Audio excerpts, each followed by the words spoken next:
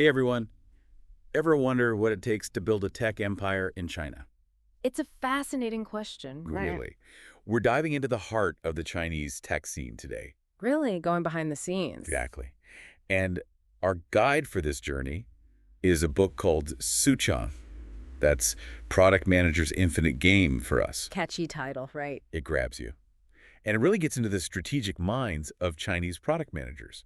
We're going to try to understand how they navigate this crazy competitive landscape. And trust me, it is crazy over there. No kidding. But think about what we can all learn from their approach. So the book dives into a lot. A lot of ground to cover. Yeah, but what really stood out to me was this idea of levels. Levels. Yeah, like becoming a successful product manager in China is like climbing a ladder. I like that analogy. Right. It outlines 3 distinct levels, kind of like stages in a PM's journey. Assistant, director, and at the peak, the boss. Each level, gotta imagine, Oh, yeah. comes with a whole new level of responsibility, strategic thinking, the works. It's not for the faint of heart, that's for sure. Not at all. So let's break it down. What defines each of these levels? What's the main focus for an assistant PM? So at the assistant level, it all boils down to this concept of wixie. Yeah, basically it means knowing how to copy effectively. But before you jump to conclusions, it's not about straight-up plagiarism. That's good. Wouldn't want to encourage that. No, it's way more nuanced. It's about understanding why certain features work, really dissecting them, and then figuring out how to adapt them to the Chinese market. So not just blindly copying. Not at all. It's more like accelerated learning. That's how the book puts it. Yeah. You're taking something that works, but you're understanding the why behind it. Okay. Kind of reminds me of that saying, good artists copy, great artists steal. But in this case, you're not really stealing. Exactly. You're internalizing the principles, making them your own. Adapting to the context. Exactly. But here's where things get even more interesting. You move up to the director level. You're not just adapting features anymore. You're navigating this whole web of stakeholders. Oh boy, I can only imagine. You've got your users, sure. Users are just the beginning. Right. Then you've got partners, investors, probably the whole board. Oh, and don't forget the government. Oh, right. Government regulations, that adds another whole layer of complexity. Talk about pressure. It's a constant balancing act. I bet. It requires some serious diplomacy, strategic thinking. Absolutely. And this is where those director-level PMs really cut their teeth, not just on product development, but on communication, understanding all those unspoken rules of the game in China. I could see how that would be crucial. So we're seeing a theme here. Adaptability, deep understanding of the Chinese context. Those are key, no matter what level you're at. Essential for survival. But those skills must be even more critical as you reach that pinnacle, the boss level. The boss level, now you're talking. What sets those PMs apart? What makes them the top dogs? At that level, it's all about vision meeting strategy on a massive scale. We're not just building products anymore. We're talking about building entire ecosystems. Like ecosystems, that's a whole other level. It is. These PMs are thinking years ahead, anticipating trends that most people don't even see coming. They're not just reacting to the market, they're shaping it. So it's a completely different game they're playing. Right. It's not about building a better product. It's about building a more indispensable one. Think WeChat. WeChat, okay. Started as a messaging app. Right. Now look at it. Payments, mini programs, they've even got official accounts for businesses. It's like they've infiltrated every aspect of their users' lives. It's true. They've anticipated needs before people even knew they had them. That's wild. That's the hallmark of a boss-level PM. They're building platforms that can adapt and expand to encompass whole digital landscapes. It's incredible to witness. That's amazing. So they've figured out how to not just build a successful product, but to build one that dominates its market, something the book calls achieving big monopoly status. And that right there, that's the holy grail. So how do they do it? How do you actually go from building a product to building a big monopoly? Well, that's where things get really interesting. It's all about understanding this concept of small monopolies. Small monopolies. Yeah, it's a fascinating aspect of the Chinese tech playbook. They're the building blocks, the stepping stones to achieving that big monopoly status. Okay, now you've got me hooked. Small monopolies, tell me more. So we're back, and I gotta say, this whole idea of small monopolies being the key to building a big monopoly in China. It's counterintuitive, right? It really is. It's like, aren't monopolies supposed to be, big? Well, in the Chinese tech world, it's more nuanced. The book uses the term small monopolies to describe these products that dominate a specific niche or a particular market segment. They're not household names yet, but they've got this critical mass of users. So they're like the big fish in a small pond. Exactly. And here's the thing. They leverage that strong foothold to expand strategically. Okay, so give me an example. How does this small monopoly strategy play out in the real world? All right, let's take Pinduoduo. They become a case study for this approach. The Pinduoduo, right? The e-commerce platform. Yeah, the one that's giving Alibaba a run for its money. Exactly. How did they pull that off? They were strategic from the start. They didn't try to take on Alibaba head-on, not right away. That would be a David and Goliath situation for sure. Totally. Instead, they targeted this very specific niche that was being overlooked by the big players. And what was that? Price-conscious consumers in those smaller cities, those lower-tier cities in China. Alibaba was focused on the big cities. So they saw an opportunity where others saw, what, not enough profit potential? Essentially, yeah. They identified a market segment that wasn't being served well, and they tailored their entire approach to meet those needs. So it's not just about finding a niche, it's about really understanding those users. Absolutely. And that's where Pinduoduo excelled. They went beyond just offering lower prices. They built a whole social experience around it. Oh, so they made it fun. Exactly. Group buying, social sharing, it became this interactive activity. Smart. They tapped into that social aspect that's huge in China. Huge. They built a sense of community, made their platform sticky. Users were coming back not just for the deals, but for the social connection, the experience itself. Brilliant. Yeah. Okay, so they build this small monopoly by catering to this overlooked segment. But how do they make the leap to challenging a giant like Alibaba? That's where the strategy comes in. They used their deep understanding of their user base and the data they'd gathered to expand strategically. So those small monopolies were about more than just selling products. Way more. They were about testing their model, gathering data, validating their assumptions. So they used that smaller pond to perfect their swimming strokes before diving into the ocean. Exactly. And it worked. They expanded their offerings, moved beyond just discounted goods, but they always stayed true to that core value proposition of affordability and social engagement. It's a really fascinating case study. It is. But it's not always this straightforward, right? Right. The book also talks about these risks, the black swan and gray rhino events that can really throw a wrench in the works. Oh, absolutely. Success is never guaranteed, especially in a market as dynamic and as unpredictable as China's. The black swan events, those are the unforeseen curveballs, sudden shifts in regulation, a global pandemic hits. Right, things you can't really predict. Exactly. And then you've got the gray rhinos. The gray rhinos, these are the ones you can see coming, right? Yeah, but we often underestimate them, like increasing competition. Which is inevitable in the tech world. Absolutely. Or shifting consumer preferences. Maybe a new technology comes along and disrupts everything. So how do Chinese PMs prepare for both the unpredictable and the things they should see coming, but maybe don't always? Well, it's a two-pronged approach. For those black swan events, it's about building a resilient business model, having strong financial reserves, and having a plan in place for when things go sideways. Gotta be ready for anything. Exactly. You can't always predict the storm, but you can build a ship that can weather it. Love that analogy. But what about those gray rhinos? What do you do when you can see that challenge coming a mile away? Agility is key. Constantly monitoring the market, being willing to adapt, to pivot, to iterate based on real-time feedback. So don't get complacent, even when you're on top. Never get complacent.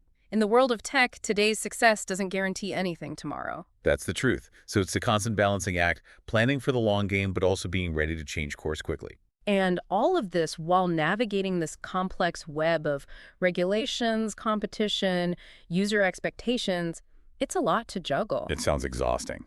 It can be, but it's also exhilarating, especially when you see your product resonate with users, when you know you're making a real impact. That's got to be rewarding. It is. But here's the thing. The book makes this really crucial distinction that separates those who achieve that big monopoly status from those who just, stumble along. And what's that distinction? It's the difference between building an effective monopoly and an ineffective one. Ooh, okay, effective versus ineffective monopolies. Now you're speaking my language. What's the difference? How can you tell which one you're building? It's a fascinating concept, and it goes beyond just, market share or even profitability. But is it deeper than that? Way deeper. It gets to the heart of a company's long-term viability, its ability to create sustainable value. An effective monopoly is one that's not only achieved market dominance, but has also built a business model that is inherently defensible and adaptable. This is about being built to last, not just being big in the moment. Exactly. Think of companies like ByteDance. They're the force behind TikTok, or Tencent with WeChat. Okay, yeah, those are some powerful companies. They've reshaped the digital landscape, and they've done it by building products that are deeply integrated into people's lives. They're constantly innovating, adapting. They've created these ecosystems that are really difficult to replicate. So they're not just big, they're essential, almost like utilities. Precisely. They've achieved that level of market penetration and user loyalty that makes them incredibly difficult to compete with. That's the gold standard of an effective monopoly. So what does an ineffective monopoly look like then? An ineffective monopoly, they might achieve significant scale, might even enjoy some periods of profitability, but their model is often flawed. Slawed how? Maybe they're vulnerable to disruption, or they're unable to adapt to changing market dynamics. The book actually uses Didi Chuxing as an example. Didi, the ride-hailing company. The one and only. But they were everywhere. I mean, at least they used to be. Exactly. They achieved massive market share, but they struggled with profitability. They ran into regulatory hurdles. They had those safety concerns. So even though they dominated the market, their grip wasn't as strong as it seemed. Not even close. They were big, but they hadn't built an effective monopoly. Wow, this is so interesting. It's like we're getting this behind-the-scenes look at what separates the winners from the, well, not winners in the Chinese tech world. That's a good way to put it. It's not just about building a great product. It's about building a great company, one that can adapt, innovate, and withstand those inevitable storms. And that takes us to another crucial aspect of the Chinese approach: risk mitigation. We touched on it earlier with the black swans and gray rhinos. Right, but it sounds like it's about more than just bracing for impacts. It is. The book goes deeper, outlines 5 key areas of risk that Chinese product managers are particularly attuned to. Okay, hit me with it. What are they? We've got strategic security, data security, content security, intellectual property, and service security. 5 areas of risk. It's a lot to keep track of. Let's break it down. Strategic security, what's that all about? In the context of China, it's about making sure your entire business model aligns with the regulatory landscape. And we know how complex that can be. To say the least. And it's constantly evolving. One misstep here can have major consequences. Like what kind of consequences are we talking about? Fines, forced shutdowns, even getting blacklisted from the market. It's serious business. Wow, so strategic security is about playing by the rules, which are always subject to change. Welcome to China. And then we've got data security, another big one. China's got some of the strictest data privacy regulations in the world. Makes sense. Product managers have to be very careful about how they collect, store, and use user data. Transparency is key there, I'm guessing? Absolutely. Chinese users are very aware of their data rights. So no more hiding behind those lengthy terms and conditions. Nope, not if you want to earn their trust. And then, of course, we have content security. Ah, yes. Content in China, that's a whole other ballgame. Tell me about it. The government has very clear guidelines about what flies and what doesn't online. So it's not enough to build a great product. You have to build one that aligns with the values and expectations of the Chinese market. That's the name of the game in China. And speaking of navigating a complex landscape, let's talk about intellectual property. With so much innovation happening in China, I imagine that's a minefield. It can be. Securing trademarks, patents, copyrights, it's absolutely essential. Got to protect your creations in a market where ideas spread like wildfire. Exactly. And then last but not least, we've got service security. Service security. It's all about ensuring your product is reliable, resilient.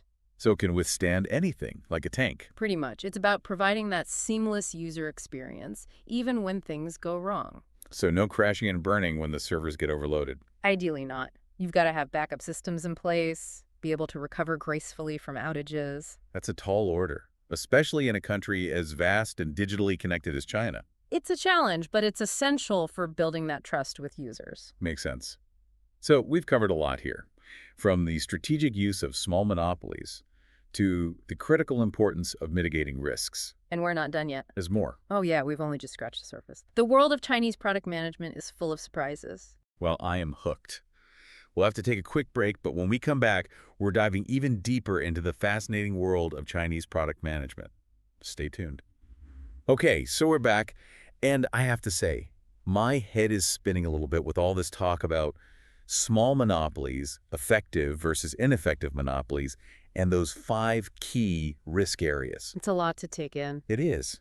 But it's also incredibly insightful. I mean, it's clear that Chinese product managers aren't just reacting to the market, they're shaping it. They're playing a different game altogether. And they're playing it well. Speaking of which, we were talking about those 5 key areas of risk: strategic security, data security, content security, intellectual property, and service security. Yeah, those are the big ones. Huge. And you can really see how each of those played a critical role in building a product that can not only survive, but actually thrive in China's digital landscape. Absolutely. Those aren't just, nice to haves. They're fundamental considerations. They're baked into the entire product development process. It's like they're thinking several moves ahead, always anticipating challenges, building in those safeguards from day one.